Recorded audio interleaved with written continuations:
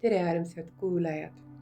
Maailmas toimuvad sündmused põhjustavad meie planeedil kataklüsmide ja sotsiaalsete pingete kasvu ning mida edasi, seda rohkem lubatakse inimestele maailma lõppu. Millest on sellised vapustused tingitud? Kõige vägevama salajastest plaanidest, pimeduse jõudude vandenõust või maa elanikkonna ohjeldamatust lollusest? Täna annab Natalja Rodina neile sündmustele hinnangu uues otse-eetris. Kas apokalüpsis on vältimatu?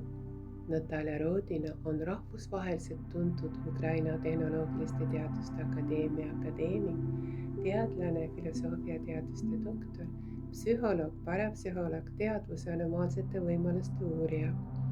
Armsad kuulajad, otse-eetrit vene keeles on võimalik vaadata ja kuulata juurde lisatud lingilt ning eesti keeles on võimalik kuulata ainult sünkroontõlkena Zoomis, vaadates hääletult otse-eetrit.